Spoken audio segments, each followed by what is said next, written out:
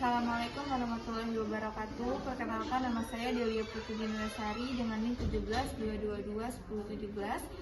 Saya mahasiswa dari Binawan, Prodi S1 Kebidanan. Di sini saya akan membuat video untuk memenuhi tugas praktik RMC pada kebidanan. Dan di sini saya akan melakukan tindakan konseling pranikah dengan penerapan RMC. Di sini saya akan memperkenalkan alat-alat yang akan saya gunakan untuk tindakan konseling pranikah. Yang pertama ini ada tensi, lalu ada stetoskop, dan terakhir ada termometer.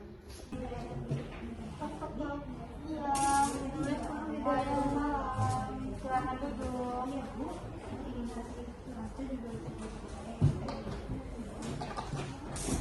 Baik, perkenalkan saya Bidan Delia. Ibu dengan ibu siapa? Saya Ibu Gendis. Ibu Gendis. Ibu Gendis berusia berapa? Saya masuk 28 tahun, 28 tahun. Alamatnya di mana, Bu? di Taman Jati. Taman Jati. Ibu sudah bekerja? Sudah dulu. Sudah menikah? Belum, Bu. Oh, belum ya. Ini calon suaminya Ibu? Iya, Bu. Saya Bapak dengan Bapak siapa? Bapak kami Bapak Fani. Usianya berapa, Pak? 30 tahun. Alamat di mana, Pak? Jalan Kuningan. Jauh sekali ya. Iya, saya naik motor tadi. Oh, Bapak sudah bekerja? Sudah. Baik, ada yang bisa saya bantu, Pak, Bu? Jadi begini, Bu. Saya 1 bulan lagi mau nikah. Jadi saya mau berkonsultasi tentang alat reproduksi dan seksual saya. Tapi saya mau menginformasikan kalau saya sudah suntik tetanus yang pertama kali. Oh, sudah. 1 minggu yang lalu. Oh, sudah ya, Bu ya? Baik, nanti saya akan menjelaskan mengenai kesehatan reproduksi dan seksual ya, Bu ya, bagi calon pengantin.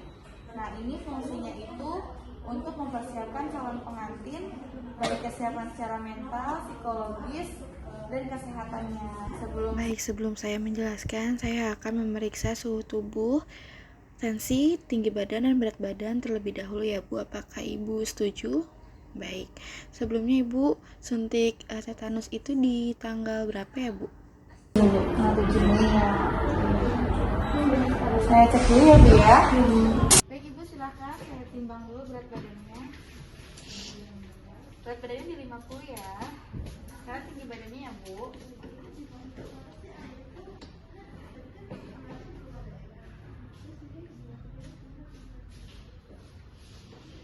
Tinggi badannya 155 ya. Mari kembali ke tempat ya, Bu. Ya. Jadi saya akan melakukan tensi ya, Bu ya. Cek darah Ibu. Sebelumnya Ibu mempunyai riwayat darah tinggi atau tidak? Tidak. Saya izin tensi ya, Bu.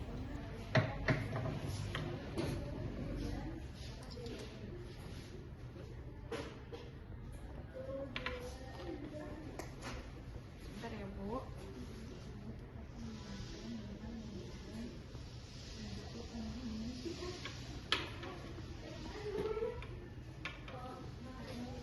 Cek ya, Bu ya.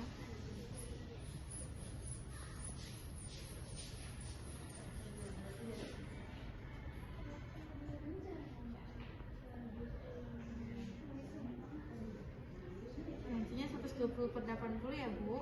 Normal. Tensi saya baik ya, Bu. Baik, normal ya. 120/80. Suhunya ya, Bu ya. Lalu saya akan mengecek suhu ya, izin, Bu. 36 ya, Bu, normal. Sudah melakukan pemeriksaan ini ya, Bu ya. Tekanan darah, suhu, tinggi badan, dan berat badannya. Nah, di sini tinggi badan Ibu 155, berat badannya 50, tadi tekanan darahnya 120/80 normal, suhunya 36 ya, Bu ya, normal. Baik, sebelum saya menjelaskan, di sini ada brosur tentang untuk konseling ya, Bu ya. Saya jelaskan, Ibu bisa baca-baca juga sama bapaknya. Nah, Saya akan menjelaskan ya Bu. Di sini bagi calon pengantin persiapan pranikah yaitu yang pertama. Baik Bu, pertama saya akan menjelaskan ya Bu ya. Di sini bagi calon pengantin, baik pengantin pria maupun pengantin wanita.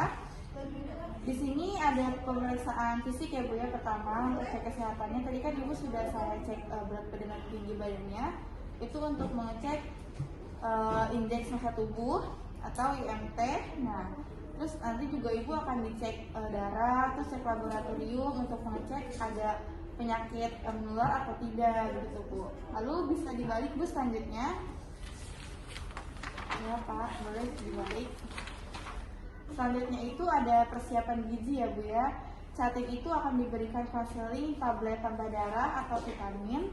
Nah yang baik, nah ini juga dibutuhkan untuk persiapan kehamilan. Tujuannya untuk menghindari kecacatan pada janin dan akan memberikan tumbuh kembang pada janin dengan baik Bu. Begitu. Lalu selanjutnya itu ada imunisasi tetanus Bu yang sudah Ibu lakukan ya. Ini fungsinya itu untuk mencegah penyakit tetanus. Ini dilakukan 1 kali sebelum menikah dan selanjutnya itu 1 bulan setelah menikah ya Bu ya. Begitu. Nah, tetanus yang pertama ini tujuannya untuk menghindari penyakit tetanus pada bayi yang akan Ibu lahirkan. Begitu Bu, Pak, mengerti ya? Mengerti. Lalu selanjutnya Ibu poin keempat, itu di poin keempat ada kesetaraan gender ya Bu ya dalam rumah tangga. Baik calon pengantin pria maupun wanita itu harus mempunyai kesepakatan atau komitmen Bu, Pak, mengenai kesetaraan gender. Artinya apapun pengambil keputusan mengenai kehamilan, pemeriksaan kehamilan itu dibicarakan secara bersama ya Pak ya, gitu. Termasuk juga untuk persalinannya. Kemudian lalu selanjutnya itu di poin kelima, Pak Bu silakan dibalik ya di lembar selanjutnya. Ini mengenai tingkat kekerasan ya Bu ya yang bakal mengganggu pernikahan. Di sini ada kekerasan fisik itu seperti tamparan atau pukulan. Ini harus dihindari ya Pak, Bu. Nah, selanjutnya juga ada kekerasan psikis yaitu cacian atau makian. Nah, ini juga harus dihindari ya Pak, Bu, tidak baik. Selanjutnya ada kekerasan seksual seperti penelantaraan, terus tidak menafkahi, eksploitasi pasangan masing-masing. Ini juga harus dihindari ya Pak, Bu, mengerti? Ya.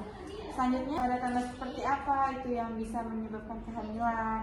Tanda-tandanya itu seperti mual muntah, tidak nafsu makan, seperti itu ya Bu ya, dan tanda-tanda kehamilan yang lainnya.